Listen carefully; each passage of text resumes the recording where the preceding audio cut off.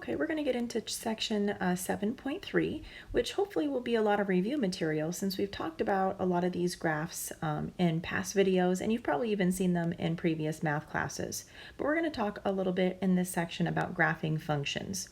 So let's first start by talking about the equation of lines. Hopefully you've seen slope-intercept form before. Y equals mx plus b sounds familiar to you, where the m represents your slope, your rise over run, and your b is really your y-intercept. So the line crosses the y-axis at 0, b, whatever that number is. Now, anytime we have an equation of a line, as long as it looks like slope-intercept form, y equals mx plus b, we should be able to graph it. We should be able to plot the y-intercept and then use our slope, rise over run, to plot a few more points. I'd like you to have at least 3, so that way you can see what the pattern is and try to draw as straight a line as possible. There's other types of lines. There's horizontal lines and vertical lines. A horizontal line has the equation y equals b, some number, right? It doesn't quite look like a y equals mx plus b. The x piece is missing because that means the slope is 0. It would be a 0x, and so then we normally just won't write it. But it's going to be a horizontal line with a slope of 0 that goes through the point 0, b.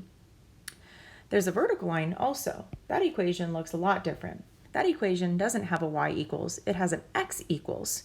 Because it's never going to touch the y, it's only going to touch x at whatever a is, and it's going to have a slope that's undefined. It's going to be a vertical line. Let's practice graphing a few of these real quick. Example number 1 asks us to graph. And if you look at A, we have a 5y equals 2x minus 15. Now I see an x and a y, but it doesn't quite look like y equals mx plus b yet, because the y isn't by itself. So let's go ahead and get rid of the 5 by dividing each term by 5. And then I can write my equation in slope-intercept form. It would look something like this. Y equals 2/5 x minus 3, because 15 divided by 5 is 3. And now I can easily pick out my slope and my y-intercept. And then I can use those two numbers to graph it. So it looks like this touches the y-axis at 0, negative 3. So I can go ahead and plot my first point right there. Then I can use my slope of 2 over 5, my rise of 2, up 2, and run of 5, right 5, to plot a couple more points. So from my y-intercept, I'm going to go up 2, 1, 2, and then I'm going to go over 5, 1, 2, 3, 4, 5, and make another dot.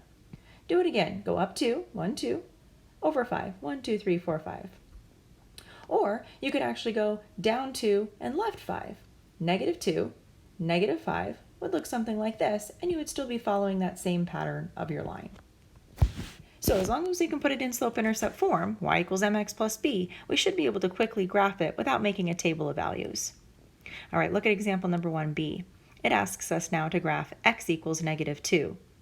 This doesn't look like slope-intercept form, and it'll never look like slope-intercept form, because this line only touches the x at negative 2. It's never going to go over there and touch the y. So how do you think we have to draw the line so that it only ever equals x equals negative 2?